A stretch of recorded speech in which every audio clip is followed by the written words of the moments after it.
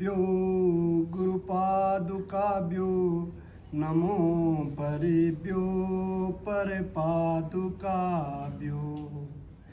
आचार्य सिद्धेश्वर पादुकाभ्यो नमो नमो श्री गुरु पादुकाभ्यो नमो नमो श्री गुरु पादुकाभ्यो यस्य प्रसादात् पतितासु पावना भवन्ति संसार सुतारणाय शिवाय योगेश्वराणां परमेश्वरं हरिं श्रीराम लालं प्रभुमीशमाश्रये श्रीराम लालं प्रभुमीशमाश्रये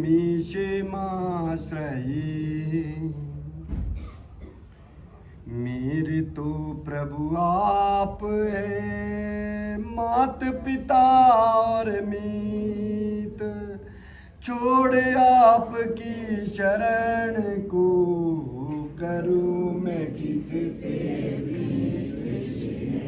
प्रभु राम लाल जी की जय शरणम श्री सतगुरुदेव जी की जय शरणम। जब तक सतगुरु ना मिले सभी अधूरे काम योगी सतगुरु जब मिले पाता मन विश्राम श्री प्रभु राम लाल जी की जय शरणम श्री सतगुरुदेव जी की जय शरणम। परम पूजनीय प्रातः स्मरणीय योगीराज सतगुरु स्वामी चमनलाल कपूर जी महाराज और उपस्थित आप सभी साथ संगत के चरणों में मेरा कोटिश कोटिश नमन। प्रभु जी की अपार कृपा से और सतगुरु महाराज जी के आशीर्वाद से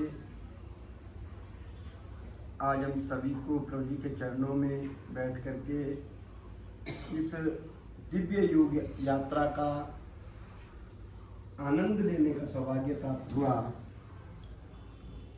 और प्रभु जी के चरण में बैठ करके विश्व की सबसे पवित्र और सबसे प्राचीन विद्या योग विद्या के ज्ञान रूपी अमृत का पान करने का हम सभी को प्राप्त हो रहा है। श्रद्धेय गुरु जी के सानिध्य में बैठ करके जिस प्रकार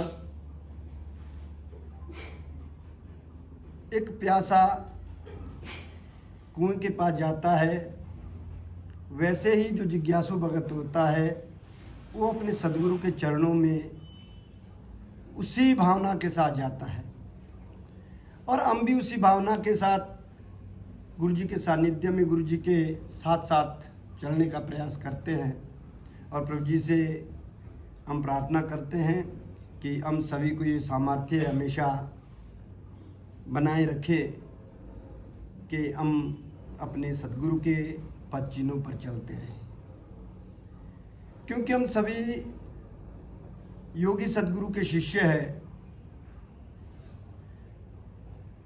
तो स्वाभाविक सी बात है कि हम सभी को योग सीखना है और योग का ज्ञान प्राप्त करना है। योग क्यों सीखना है, योग का ज्ञान क्यों प्राप्त करना है? क्योंकि दुनिया बहुत बड़ी है, मुट्ठी भर लोग होंगे जो योग सीखना चाहते हैं या योग सीख रहे हैं, बाकी तो सारा संसार माया में संलिप्त है। तो इसका जो उत्तर है वो ये है कि जिस प्रकार से दुनिया में जो दूसरी धातुएं हैं वो बिल्कुल कम मात्रा में प्राप्त हो ही नहीं सकती, उनका जो प्राप्त होने का जो स्वरूप है वो अथाह है।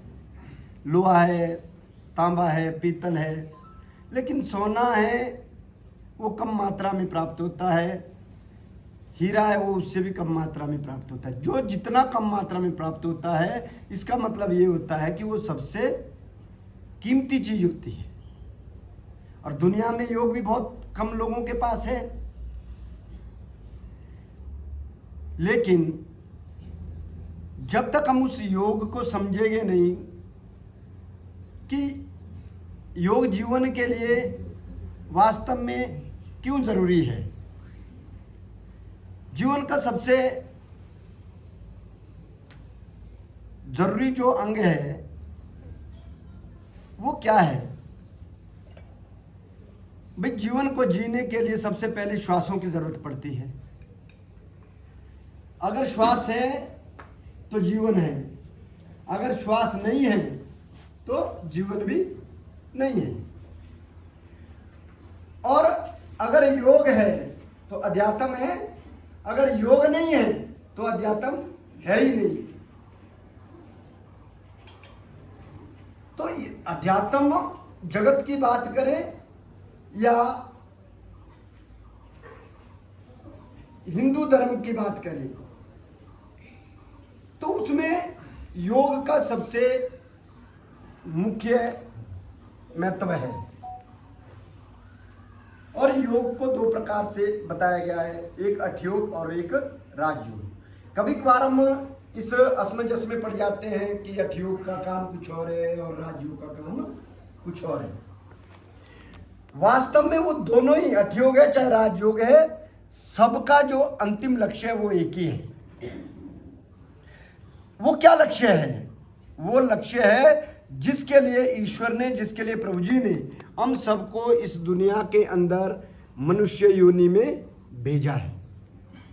क्योंकि बहुत सारी योनियां हैं, 84 लाख योनियों का वर्णन आता है शास्त्रों में, और उन 84 लाख योनियों में भी 80 लाख योनियां वो निम्न स्तर की है, यानी नरक के तरफ जाने वाली योनियां हैं जहां पर प्रताड़ना है, दुख है। और 4 लाख योनियां जो ऊपर की योनि है, जिनमें देवता, गंधर्व और मनुष्य आते हैं। लेकिन समझने वाली बात यह है कि मनुष्य को योग क्यों जरूरी है। देवता योग नहीं करते, गंधर्व योग नहीं करते, लेकिन इंसान को क्यों योग करना चाहिए? तो यह बताया गया है कि चाहे 4 लाख जो ऊपर की योनियां हैं जिसमें देवता, गंधर्व और मानव आते हैं, चाहे 80 लाख की जो निचली योनियां हैं जिनमें पशु पक्षी भी आते हैं, पेड़ पौधे भी आते हैं, लगभग 11 लाख योनियां तो जो है वो मछली और जैसे कि पानी के जो कीट पतंग, पानी के जो जलचर है उनकी होती। लेकिन वो सारी जो योनियां हैं वो सारी योनियां कर्म योनियां हैं। वो भोग रही है, और भोग क्या रही है? जब वो किसी वक्त मानव योनि में थे, उस वक्त जब उन्होंने जो कर्म किए हैं उन कर्मों का फल वो वहां भोग रहे हैं।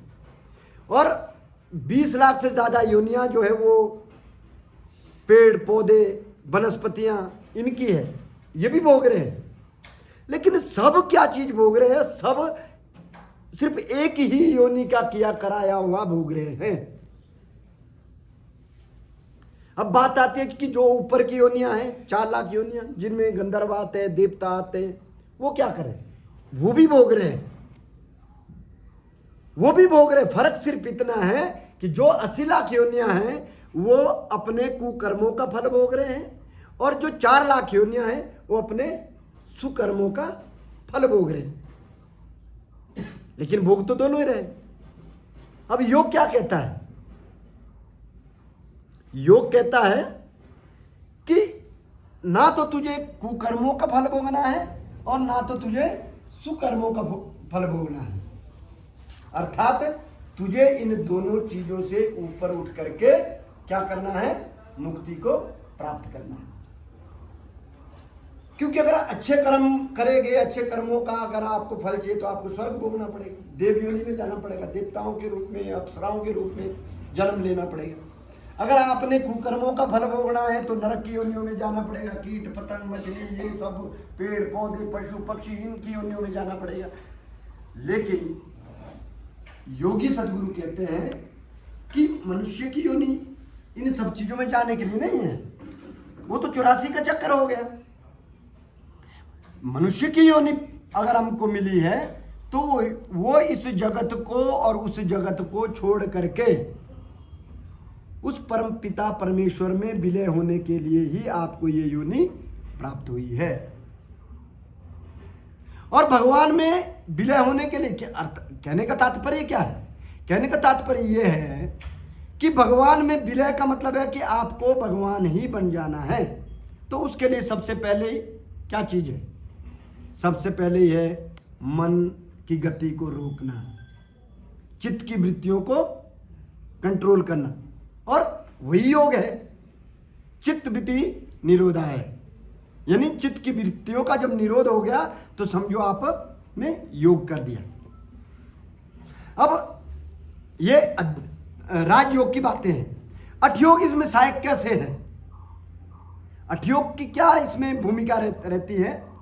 अठयोग की भूमिका ये रहती है क्योंकि शास्त्रों में बताया गया है कि शरीर माध्यम खलु ध्यान साधनम, अर्थात ध्यान करने का भी जो साधन है, मुक्ति को प्राप्त करने का भी जो साधन है, वो क्या है? वो शरीर है। और ये शरीर स्वस्थ हो तभी तो मन एकाग्र होगा। मन चित्त की वृत्तियां कैसे कंट्रोल होगी? तब कंट्रोल होगी जब आपका शरीर स्वस्थ है। और शरीर को स्वस्थ करने के लिए अस्वस्थ कैसे होता है? शरीर 3 प्रकार से अस्वस्थ होता है। एक वात के दूषित होने से होता है, एक पित्त के दूषित होने से होता है, और एक कफ के दूषित होने से होता है। वात पित्त और कफ, इन 3 चीजों को दूषित होने से बचाने के लिए जो है योग बताया गया है।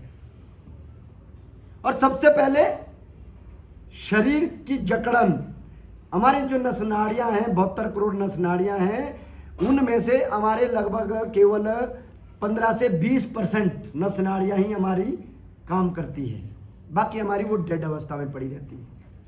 उन सब नस नाड़ियों को एक्टिवेट करने के लिए, स्वस्थ करने के लिए योग बताया गया है। और उसके लिए हम आसन करते हैं। क्यों करते हैं? अब हम कहेंगे कि देखो जी हम तो आसन इसलिए करते हैं कि हमारी टांग में दर्द है वो ठीक हो जाए। वो भी ठीक है, टांग की दर्द भी ठीक हो सकती है, पीठ की दर्द भी ठीक हो सकती है, आपकी सर की दर्द भी ठीक हो सकती है, आंखों की रोशनी बढ़ सकती है, ये सब अपनी जगह में है। लेकिन अंतिम लक्ष्य क्या है? अंतिम लक्ष्य है कि इन सब चीजों को ठीक करके मन को एक जगह पर टिकाना,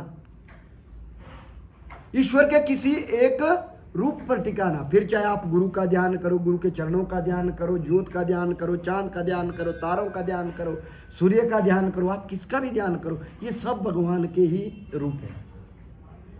लेकिन कहने का तात्पर्य है कि आसन है, जीवन तत्व है, यौवन तत्व है, ये चाहे योग की अन्य क्रियाएं हैं, वो सारी क्रियाएं किस चीज के लिए है? कि हमारी बॉडी के अंदर जो ब्लॉकेज है, हमारी जो नस नाड़ियां हैं जो जकड़ी हुई है, उनको खोलने के लिए। और उनको खोलने से क्या होगा? उनको जब हम खोलते हैं तो प्राण जो है, प्राण का जो प्रवाह है वो उन नस नाड़ियों के माध्यम से हमारे मस्तिष्क तक पहुंचता है। और जब मस्तिष्क तक प्राण पहुंचता है तो हमारा जो मस्तिष्क है वो एकदम शांत हो जाता है, और मन की जो वृत्तियां, चित्त की जो वृत्तियां हैं वो एकदम अपने आप शांत होने लग जाती है। अर्थात ये सब कुछ हम किस चीज के लिए करते हैं? केवल और केवल प्राणों का जो प्रभाव है, प्राणों का जो शरीर के अंदर जो उसकी गतिविधियां हैं, वो गतिविधियां बढ़ जाए। उन मेन तो योग प्राणी है, प्राणायाम ही सबसे बड़ा योग है। प्राणों को अगर आपने प्राणों का निरोध कर दिया, चित्त वृत्ति निरोधा है। चित्त की वृत्तियां का निरोध कैसे होगा? जब आपका माइंड शांत होगा, जब आपका मस्तिष्क शांत होगा। जब तक मस्तिष्क शांत नहीं तब तक चित्त की वृत्तियां शांत नहीं हो सकती। इसका संबंध है प्राणों से। और जब तक शरीर में प्राण है तब तक ही आप जीवित हैं। जब तक शरीर में प्राण है तब तक ही मनुष्य जीवित है। जब प्राण चले गए तो मनुष्य भी फिर मृत माना जाता है। तो जब हम इन प्राणों